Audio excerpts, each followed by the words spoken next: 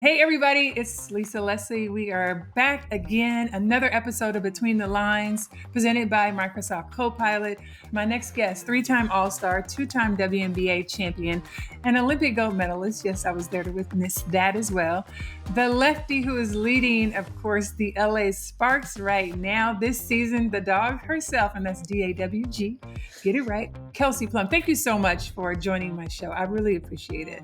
Are you kidding me? What an intro from the GOAT. Are you You just wrap it up right there. Come on now. That was We awesome. done? Thank you. Thank you. You're welcome. Mic drop. No, but seriously, I think about all the players that I enjoy watching. You have those elements of that fight the heart. Come on, it's just like everybody knows when they step on the court with you, you're going to bring it. And I love your story of how you got to this point to be able to play this hard and really earn your spot, whether it was with the Aces and obviously now making your way as a leader for the Sparks. So let's just get into it. First of all, you've been playing a whole lot of minutes. 36 minutes a game. Do you need a rest or what? Lord, pray for me, Lisa. Pray for these legs. Oh man. Yeah, it's that's one of the reasons I didn't play Unraveled. I knew that I needed a break. And as you know, playing for championships is a different level of kind of like wear and tear and stress on your body. So Mhm, going back to back and then trying to go for that third one, it really took a toll out of me. The Olympics took a lot out of me. And so mhm, I just needed time to reset, recover, and really just build up my body mhm. strength wise because I knew I was going to come into a season. I didn't know I'd be playing this much, but I knew I'd be playing a lot. And the team needing me to have a high usage. And so I really prepped for this. Listen, Kelsey's averaging 21 points a game, 5.6 assists a game, and really crushing it. But let's do a vibe check. Your first 7 seasons with the Aces organization, formerly San Antonio Stars, who I played against.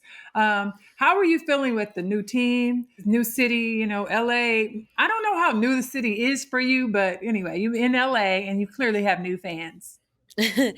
Well, I'm grateful to be here. Southern California, as you know, has always been home for me. So, Mhm, just being able to be back. My dad comes to a lot of the games. My mom, my brother's a fireman. He lives in Oceanside, so that's not too far. mhm, So it's been really great to just be able to reconnect with them. And yeah, I just wanted a fresh start, personally, professionally. I'm so grateful to have played in Las Vegas, to learn under Bill Lambier, to learn under Becky Hammond, and I felt like I became a woman there, mhm. and built a lot of character and skills on and off the court that I will need in this next phase of my journey. But yeah, I'm grateful to be in LA. Grateful to have been welcomed such with open arms. Mhm, And right now it's been tough. I'm not gonna lie. I don't like losing. I don't like getting mollywopped on national TV.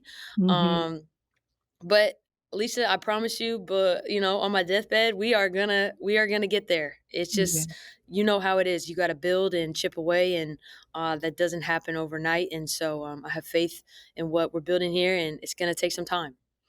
I'm kind of want to talk about what you're talking about, just rebuilding, and rebuilding is not easy. But even beyond you getting to the point of rebuilding in LA, let's go back to even when you started coming in as a rookie and having those times where you weren't playing and the challenges of fighting and working hard so you can get out on the floor. Like, how much would you say that adversity there has prepared you to be the leader that you are now here in there in LA. I look back on my first 7 years in the W, and I'm very grateful for the amount of adversity that I've had to overcome Mhm, because I think you just build a security within yourself of who you are. And it can't be shaken based on external circumstances.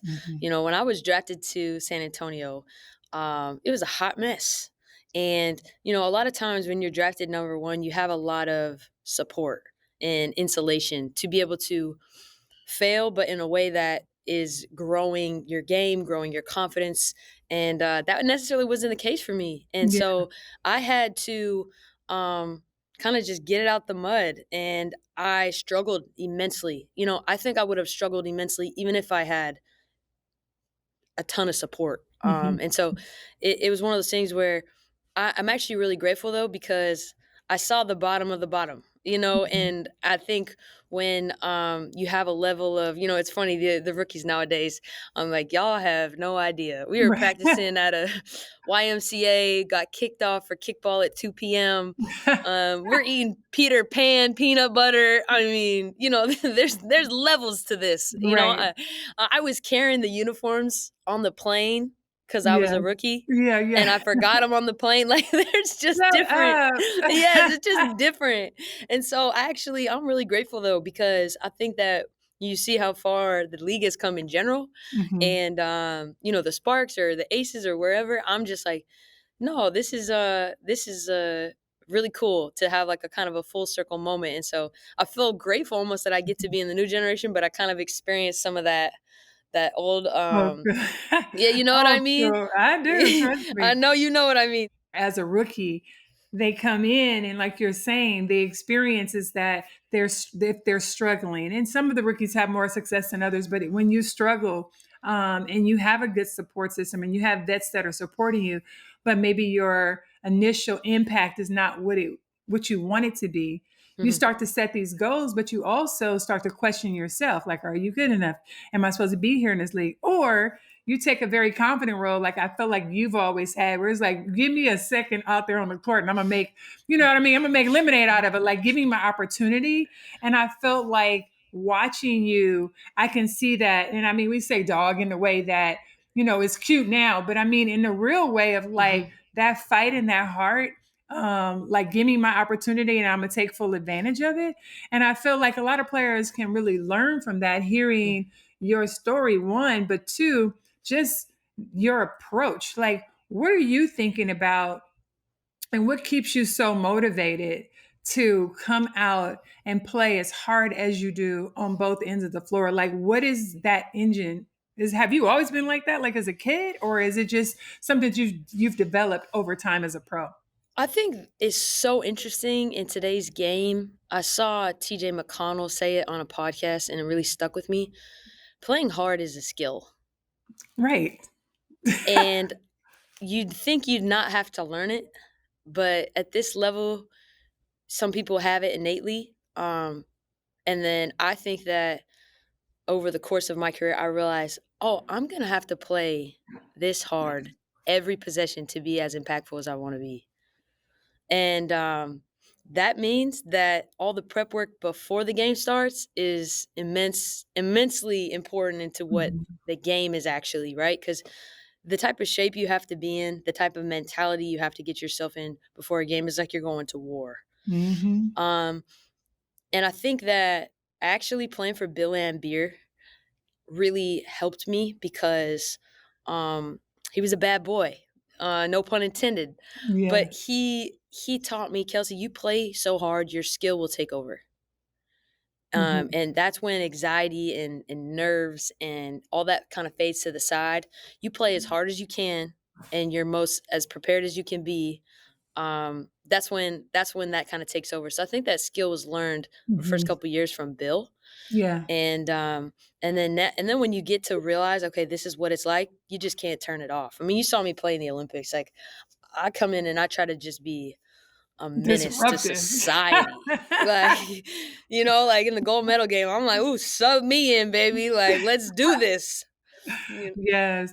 And I think, and the reason why I asked you that, because I'm glad you answered it exactly that way. People think that, oh, you just come with this talent or that's just how she plays. And it's like, no, it's a decision that a player is making every single day, practice or game, to be fierce, to be competitive, to show up like anybody can get it. You know what I mean? And I love that you have that type of attitude. I feel like I had that type of attitude. Mhm, I feel like there's players now, when you look at even the conflict that happens all the time with Angel Reese and most players, people thinking that it has to do with race and all these things. I'm like, bro, are you not watching the game? This is every game, because her mentality is she's a fighter. You're mhm. a fighter. Caitlin Clark is a fight. Like, the competitive nature, I love to see it. What do you think about all of these naysayers who have to talk about the energy that you guys bring? It is a little borderline, like, you might gonna fight. It might get more physical, but you have to have that edge.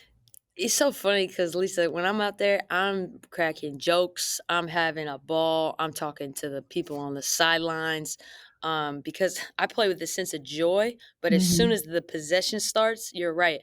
I am trying to come for blood. That's just who I've always been. And I Mhm. think, one of the things I'm most proud of is this year with all the minutes I'm playing and everything, I've really still tried to hone in defensively, being Mhm. super good on the ball, just attacking it and making sure that I'm up into screens, being physical, using my physicality. I know I'm small, but I have a good lower base. Yep. So I think if anything, it's just when people are almost offended by players that have an edge, it says more about them than the actual player. Cause, Yes. cause real ones respect it. Real Yeah. ones say, "I like that. Like, bring it at me." Like when Yeah. I saw Kaylin hit a step back on Stewie, and Stewie's laughing like, "Okay, that was Okay. nice." Cause Stewie's a real one, right? Right. She's not thrown off by any competitive juice that's coming the other way. Right. And so in the game, like who gets like a little bit frazzled. They're just to me, they just got to work on their own confidence. Right, right. I love that, and it's true because one of the things I used to say is we can play however you want to play. Hmm. If you want to play, we can play straight up, keep it cute, or we gonna get dirty. We can get dirty. It really doesn't matter because I got all of that, and I feel like I love to watch you guys play, especially the players that are so entertaining. I mean, listen, we're not even gonna get to your 3-point shooting. Did you know you hit 7 3-pointers in your career is the most, but you hit 6 already in a Sparks uniform in one game? I'm like, you came out in the opener against the Valkyries, you were 4 for 6. Did you know that you were going to have this many shot opportunities coming to the Sparks based on the roster?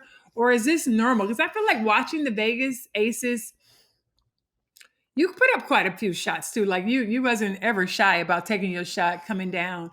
But I think now being on the Sparks, being this focal leader on this team, how is that different for you? Or is it feel the exact same? Hmm. Well, positionally, I would say it's just different. Mhm. Being on the ball versus if you watch me play in Vegas, a lot of the actions start with me either setting some type of back screen for Asia or, Mhm. um, I'm setting maybe two or three screens and then coming off the ball to a catch and shoot opportunity. Yeah. Um, and so I think it looks a little bit different. What you And at the one now. yeah, Yeah. and just being more of the lead guard. But for me, I'm kind of similar to you. Like I can adapt. I can play with this player. I can play with this player. I can play the one. I can play the two. I can guard this player. I can guard Yeah. whoever you want me to do. I just want to win. Yeah. And so I think that maybe you see me this year too because I was more catch and shoot in Vegas. This is more me off the dribble because Yeah. I'm really a heavy creator for my team. Yeah. Mhm. I would prefer a little bit more catch and shoot, but right now that's not the way that we're set up, and that's okay. We'll Mhm. evolve. And also too, there's another thing is the last couple years I finished really well in the paint. This year I haven't finished as well, so that's something that I'm very aware of, and I'm trying to Mm. get better. Um, and so yeah, it's tough because when you're getting all the focus defensively, people are flying at you. The paint is clogged, so trying to Yes. just work on making better decisions and things like that. But someone about me, I'm always just gonna get better and adapt and grow. I love that. And then talking about getting to the paint, because you're one of the most aggressive guards, even though you may not be like the biggest guard, you get to the paint. And the officials have been a little bit, let's just call it lax, so we don't be in trouble around here. But I heard you, I think even one of your press conferences kind of just talking about you feeling like you're not getting the calls. Do you think that the league is sort of making an adjustment to allow you guys to play more physical? Or do you feel like there's something you specifically need to do differently, like in order to get these calls? No, I appreciate you asking that.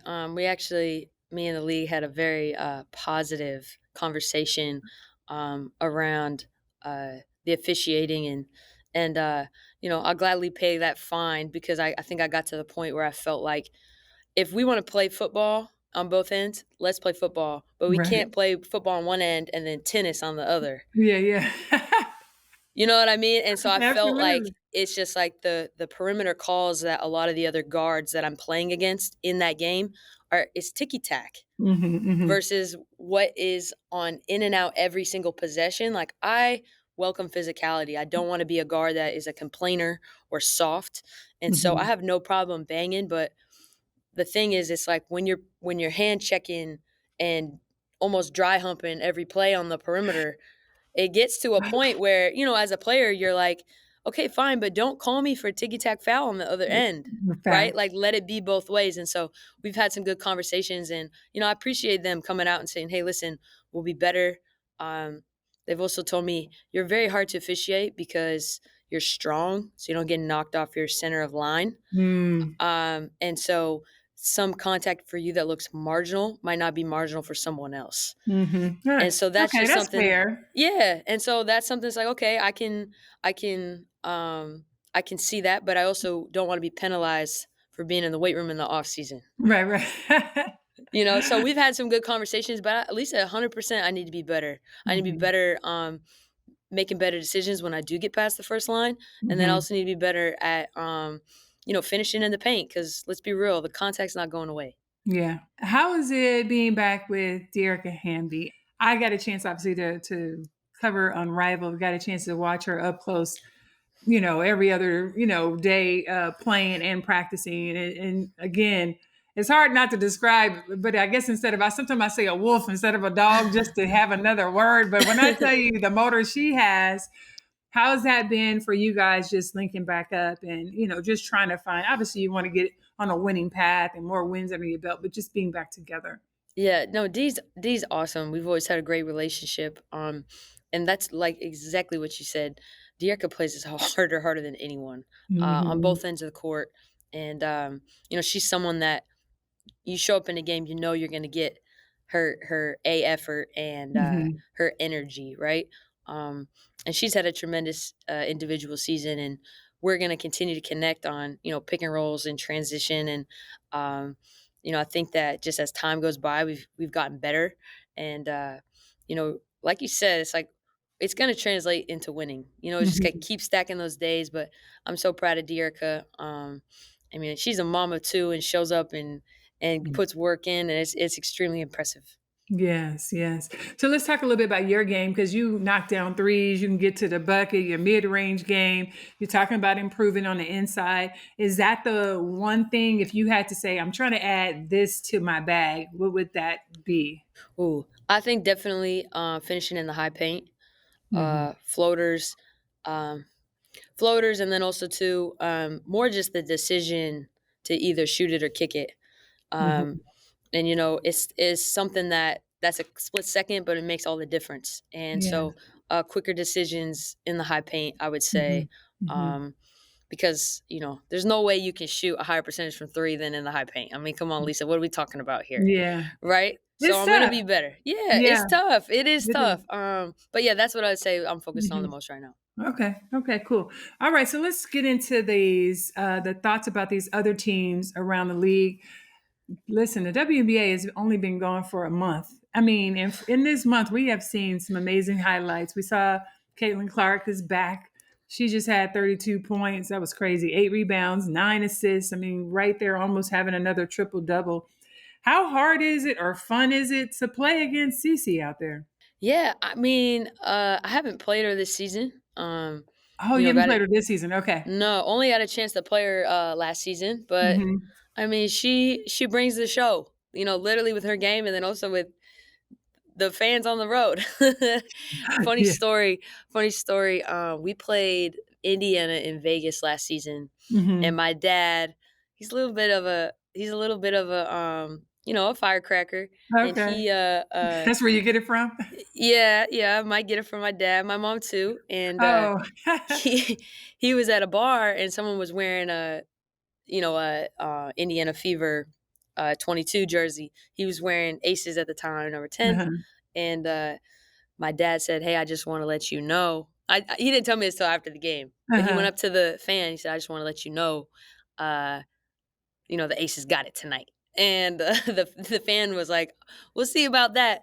And I guess we happened to play and we won. And after the game, of all the people, he ran into that same fan Oh, wow. after the game, and he was like, "What I tell you? What I tell you?" But no, I mean, That's awesome. playing against great players in this league is always super fun. Like, as a competitor, I know you look forward to just going toe to toe with people.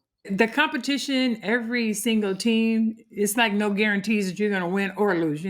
Seattle handed Minnesota their first loss as well. And I don't know if anybody really expected that. Do you feel like Seattle's another sleeper team possibly, or? Going up to play in Seattle is one of the toughest places to play. Mm-hmm. And their depth, their experience, I mean, I didn't necessarily think I was like surprised in Mm-hmm. Minnesota lost or when Indy, beat New York. That's what's great about our league is the amount of parity that's become Mm-hmm. so prevalent throughout the league. Is really anyone can get it. I mean, to see what the Valkyries are doing this year, I'm not surprised though. That's who Natalie Nakase is. Mm. The most prepared, the most talk about competitor. It's just tremendous. Ohima and what they've done with their roster, Yeah. give them a lot of credit. Yeah, man. And I'm telling you, when I saw the Valkyries just preseason, I was like, you give them a little bit of time. Mm-hmm, They mm-hmm. really have some good pieces. And yes, they have more of a foreign group, but they're playing a great style of basketball. And you already know, as a champion, the scariest teams to me are the most unselfish teams, right? The teams Yeah. that really are fluid with that ball movement and get on one accord defensively. And it's been really great watching them play. I've kind of been saying they're a little bit of my dark horse because every time I see them, they're consistently getting better and better. And then when you look at you guys, I know being in 10th place is not where you want to be. You guys are building. What do you think happens? Again, you guys had some injuries with Ray Burrell out, as well as Rakia was out for a minute. And then you have Cam Brink, who's expected to come back. But again, longer season, 44 games, a regular Mm-hmm. season. Still a lot of time. What do you guys think once Cam Brink maybe comes back, gives you guys an added 5, maybe as Ray continues to stretch the floor? I mean, I feel like you guys have some really good pieces and will have opportunities to still be able to make some noise. Absolutely. I mean, I think you're right. I think getting healthy is key. Also, think Mhm. too, as a young team, people really don't understand fully. WNBA training camp is like 10 days. Yeah. So you're trying to learn like where the bathroom is. It's Right. just kind of like it's a new thing. So we've had a very tough initial stretch. I mean, we've Mhm. played that. I think us and Phoenix and Dallas have played the most games, but played every other day for 21 days pretty much. So Right. Yeah. we're going to be able to get our break and regroup and learn and grow. But like I said, I do have a lot of faith in this roster. And Mhm. I mean, I expect us to make a run, especially July, August coming Mhm. into, trying to clinch a playoff spot. Yeah. Yeah. All right, everyone. You guys know that the New York Liberty and the Minnesota Lynx have come out hot this season. And right now, they seem to be destined to meet in the WNBA Finals again. Copilot, are you ready to help me predict how a 7-game WNBA Finals would go between the Liberty and the Lynx? Oh, you already know I'm ready. The Liberty and Lynx are tearing through the league right now, setting up what could be another epic final showdown. Both these teams are elite on offense and defense. But when you look at the two rosters, what stands out? What stands out most is how balanced yet contrasting these two rosters are. The Liberty are built around offensive depth and versatility. They lead the league in scoring, are second in assists, and have hit 19 three-pointers in 2 separate games, a regular season WNBA record. The Lynx, on the other hand, thrive on defensive discipline and star power. While Minnesota doesn't have quite the same offensive depth as New York, they make up for it with physicality, rebounding dominance, and late-game execution. If these teams meet in the finals, it's going to be New York's offensive firepower versus Minnesota's defensive intensity. 2 different paths to dominance. Wow. When you picture these two teams facing off against each other, what's the key matchups maybe fans would want to look out for? To me, the key matchup is Breanna Stewart versus Nafisa Collier. This is the battle of 2 MVP caliber forwards who can dominate on both ends. Stewart's versatility and scoring efficiency make her the engine of New York's offense, while Collier's two-way brilliance has been the driving force behind Minnesota's undefeated start. All right, your turn. What's your biggest key matchup? My biggest key matchup in the game, I think Nafisa Collier versus Brianna Stewart might even cancel each other out based on points. But I think it may come down to the three ball. When you look at Kayla McBride and her ability to shoot the three ball versus Sabrina Ionescu, those shooters are so excellent. They may also cancel each other out. So therefore, I think the bench points will probably be the key. The team who has the deepest bench, who can help support and create more points off the bench, will more likely to win. Because remember, this is the first time the WNBA is going to play a 7-game series. Okay, so you're asking me questions. Let me ask you another question. If you were game planning to stop the Liberty, what would you do? If I was Minnesota, my game plan would be pressure Natasha Cloud by cutting off passing lanes, limit second chance points by boxing out Jonquel Jones, make Brianna Stewart work by showing her different defensive looks and forcing contested shots, control the pace by keeping the game slow and physical to neutralize New York's transition attack. Lisa, if you were New York, how would you focus on attacking the Lynx? Well, here's the biggest difference. Jonquel Jones, no team, they don't have another 6'6" player that can stop Jonquel Jones on the inside. And they also don't have a player that can stop Jonquel Jones on the outside from shooting threes. I think she's truly the X factor, the same way she was in the previous championship. Now, when it comes to defense, can she use her size and length to maybe force Nafisa Collier to shoot over top? Because she's usually guarded by Brianna Stewart. Maybe they could switch that matchup up. The other thing is you got to be ready to help. You got to box out and make sure that they're only one and done. Whoever controls the rebounds controls the wins, and whoever controls the wins walks away with the ring and the championship. Who do you think wins in the 7-game series between these two teams? This series would be a battle of offensive power versus defensive resilience, but I'm leaning Liberty in 6. New York's depth and ball movement make them incredibly tough to slow down over a long series. They lead the league in points per game, have championship experience, and generate extra possessions through rebounds and steals. That said, Minnesota has Nafisa Collier playing at an MVP level, and their defense is elite. If Collier dominates both ends and the Lynx can slow down New York's pace, they could absolutely push this series to 7 games. Ultimately, the Liberty's scoring depth and ability to stretch the floor give them the edge. Lisa, do you see a path for the Lynx to pull off the upset? Well, I think about the Lynx and I think about who has home court advantage, because home court advantage is key to the win. Last year, New York had home court advantage and they were able to close out the championship on their floor. The Minnesota Lynx are really on a revenge season and a clapback season, with Nafisa Collier leading the way and leading the WNBA in scoring. I think if the Lynx have home court advantage, they could possibly walk away as WNBA champions. Let's move into talking about the rookie race, because the rookie race is also a little bit crazy. And, you started the dog class in 2023, which I love, by the way. You've had some really unique and valuable young players that came in. You're able to help just kind of really build that camaraderie, give them what they should expect coming into the league. Tell me more about how that originated. And I always think that I need to do the same thing with the bigs, but tell me how that all started. I remember my transition from college to pros. It was extremely difficult, and I felt like there was a lot of things that I didn't know. Mm-hmm. And obviously, when you're transitioning to a new place, there's going to be a learning curve. But I felt like there were some skills that if I would have accumulated in college, it would really, really help my transition. Mm. So I thought, you know what? When I get the opportunity, I'm going to create something that is just a support and a resource for young women that want to play in the WNBA. And I connect them with, like my strength and conditioning, mental performance. We talk about, we had Holly Rowe come in, we had Andrea Carter come in the prior year, talk about the media, how it's different, things you can do to help yourself as a young player.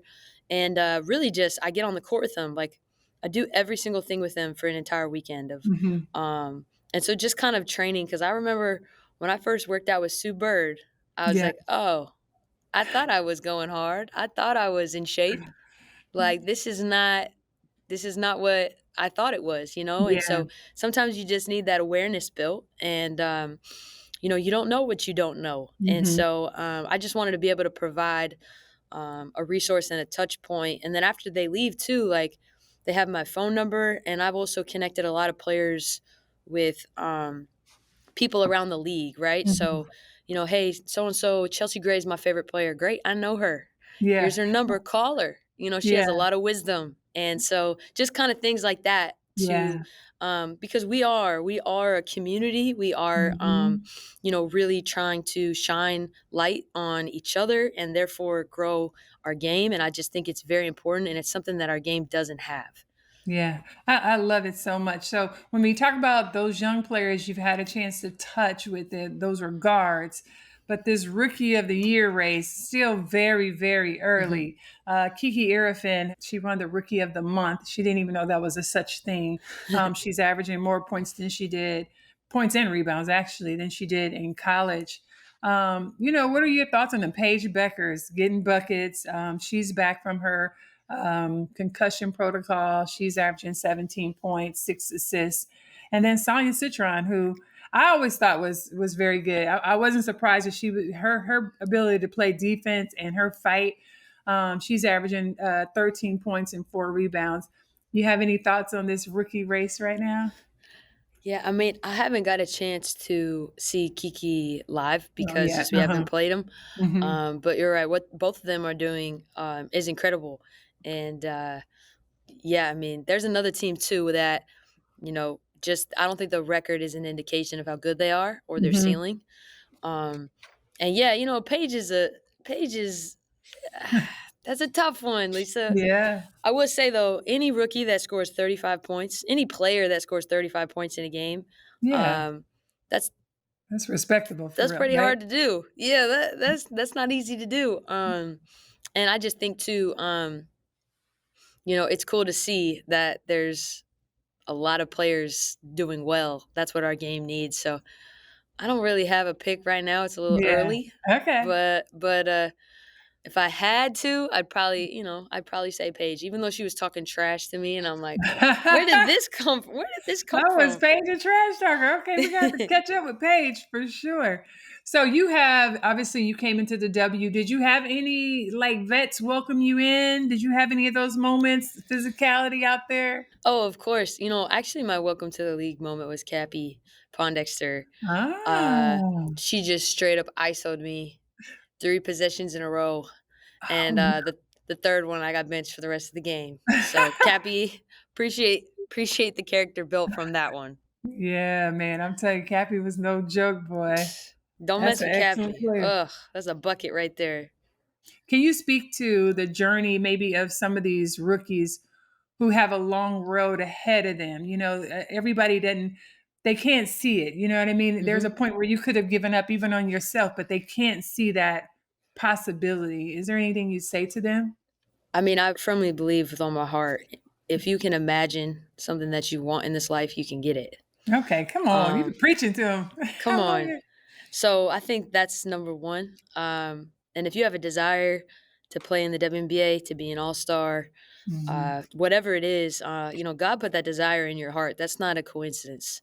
So I wouldn't shy away from that. I think the biggest thing I would do is I would find someone that you respect and want to emulate your game after, and I would pick up the phone and call them Mhm. because that wisdom that you're seeking, they have. And something about our game is these women are really kind and want to help other people. So I tell rookies all the time, if you have someone that is like who you want to be in 4 years or whatever, Mhm. that's the person that you need to be picking their brain and ask them what they do, their regimen, uh, things that help them. I think those two things could go a long way for a rookie that's struggling, that maybe is questioning themselves. Okay, so let's talk about some six women of the year players. I know you won the award in 2021.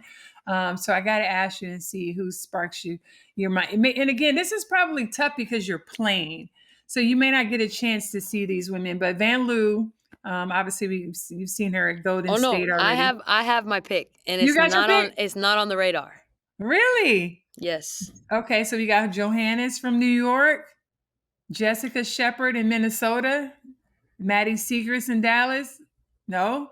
Satu told me that Lexi Hild on her team on Phoenix are any of them on your list? Yeah, Lexi Hill, that girl can play. That's your choice? Yes, I am Okay, very Lexi. impressed. I'm very impressed by her. And if you go back and look, she gets in there. I think the sixth woman is coming in there and really making an impact. Um, in terms of Mm, like it's more than just statistical. okay. I think it's energy. I think it's defensively. I think it's change of pace. I think it's scoring. She's been extremely productive and effective, and I think it's caused winning. Okay, Lexi So. Held. We got it there. We heard it from you first. Well, actually, second, because Satu said that, and now here you are, co-signing Lexi Held. That's great, especially when you talk about a player like you who plays so hard and you understand that. That's a great compliment for her. Between the Lines is all about cutting through the noise and getting to what really matters in women's basketball. And that's why I'm using Microsoft Copilot to help me prep each week. Whether it's getting ready for an interview or breaking down a box score, Copilot helps me find the trends and storylines that matter most in the league. Instead of getting lost in a bunch of open tabs, I use Copilot to get a real time assist, keeping me focused and keeping the chaos in check. So if you're looking for a smarter way to prep, create, and stay in the game, try Copilot. It's always on your team. Let's dive into just the Sparks themselves. When you look at your rookies with Barker, King, Fagan, what impresses you most about them so far and what they bring to the table? I'll start with Fagan. Just her energy, the way that Mhm. she plays. She's a big that communicates really well. Okay. She's very young, but you could tell, playing for someone like Dawn Staley, she has tremendous practice habits. And, she hasn't gotten a ton of run, but I do think that she will. And I have a lot of confidence and faith in her. Hmm. SA is a competitor. She's tough, and she wants it. And I just think, I remember when I was a rookie, sometimes you want it so bad, it's like it slips out of your fingers. Yes. And but I do believe that the game will start to slow down for her, and she continues to build her confidence. I have a lot of faith in she'll be a longtime pro. Uh, Leah too has been incredible. She's like an earth sign, very zen. Um, Yeah. but she can rebound. I mean, and her ability to transition from the 4 to the 3, Hmm. uh, from college to pro in Hmm. like I said, 10 days of training camp, I was just really impressed. And she picks up things very fast. Yeah. So super grateful to have her, and I think her ceiling is very high. Yeah, I think the one thing when I think about the rookies versus the sophomores, if you will, is that change of pace, understanding the speed and not. I feel like sometimes rookies, the biggest thing they struggle with is that they all play it like they only have one speed and it's just fast, and then you catch the ball and then next thing you know it's gone or somebody's stolen it, right? But then you look at Rakia Jackson who Mm. had an excellent rookie year, and then she's now even more seasoned. And I watched her to unrival her practice, her ability to score from everywhere, like her motor. And then sometimes she has those moments where it's just not working for her, and you almost think she's going to make everything she shoots. How has it been as she's continuing to add to her bag and have success? Rakia is one of the most talented players I've ever played with. And I've told her Mhm. this. I've played with a lot of talented players. And she is just, I mean, everything is like, it feels effortless. I know she's Yeah, trying hard, but that's the yeah, type of talent and skill she has. And like you said, I'm with you. I think she's gonna make everything she shoots. Uh, she has a purity to her hmm, shot, and she can post up. She can go to the hole. She can shoot mid range. She can shoot the three. She can defend multiple positions. I mean, she's gonna continue to grow. And like you saw in Vegas, I mean, Rakia won that game for us. Like yeah. she came out and just, I mean, it was a different level, and so that shows like her ceiling is just off the Yeah. charts. And when I look at things like that and I go, okay, she had 30 something points there. Now the key, and one of the things that's most important is the word that I used to hear and I try to tell my teammates all the time is consistency, right? It's like that you're going to make it when you're next level when you can find ways to be consistent no matter who you're playing, you're coming with that same type of energy, that same type of effort to rebound, those same opportunities. It may not be a 30-point game, but we know that you can put that ball in the basket. I think those are the big things I look at with Rakia, just finding ways to just try to be consistent for you guys day in and day out. Have you found that way? And I mean, I see that in you from what you've done in Vegas. You hear, looked over all of the numbers pretty much consistent or even a little bit higher in some areas. How have you been able to be so consistent? I think who you are off the court has a direct correlation to who you are on the court. I heard this quote, and I'm gonna botch it a little bit, but basically like your emotional, mental, physical capacity goes as far on the court as your personal one does off. And Okay. yeah, and so I realized like, growth is in all areas, and Mhm. I think that consistency and doing all the little things of eating right, sleeping right, recovering right, being prepared, and doing that consistently really can help your performance Mhm. consistently in the game. I love that. You're such a wealth of. I like that. I didn't know you when you were young, and again, I've been a fan, so I'm so happy to talk to you. But just the growth, or how you sound, your maturity level, the way you attack the game mentally, and the information that you've shared with us about the mental aspect really shows, because that's why you have so much success on the court. And people think it's just, oh, that's natural. You just show up. It's like, no, that's hard work. That's dedication to your craft. And I applaud you for that. As a fan of the game and being able to talk to you, I got one last thing, and this is called hot takes. Give Hot it to takes me. is just rapid fire. You try to give me an answer. Don't take no breaks. No, I'm just kidding.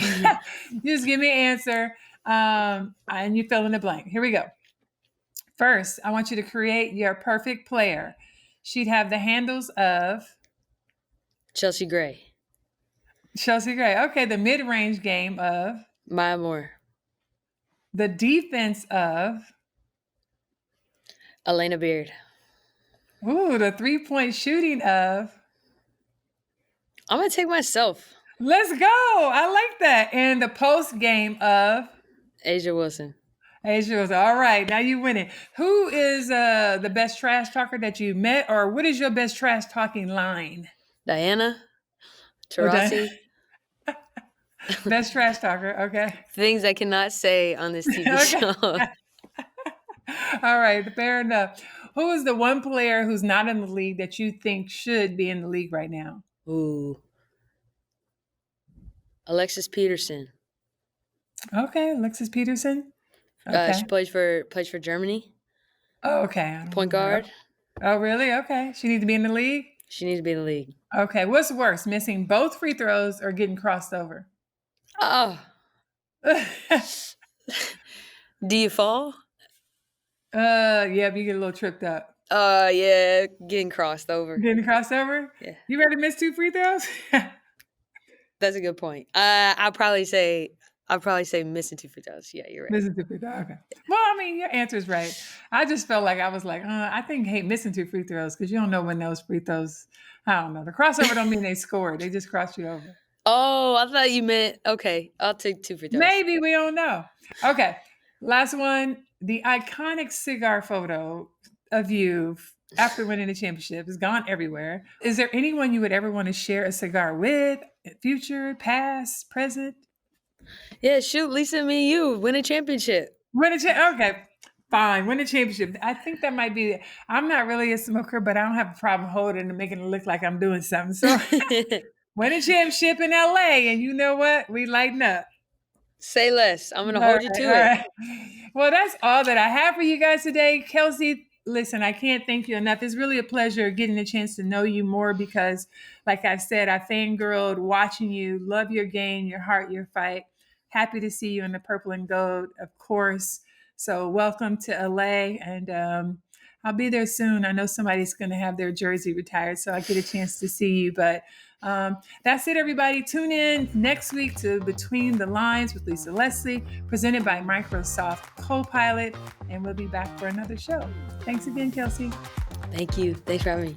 You can find Between the Lines with Lisa Leslie on your YouTube and wherever you get your podcasts. Between the Lines is part of the Just Women's Sports Network. Follow Just Women's Sports on all your favorite social channels to get all your latest women's sports news. And you can follow me, Lisa Leslie, at Lisa Leslie on IG, X, and TikTok. Between the Lines is produced by Taryn Penna and edited by Chris Wonder.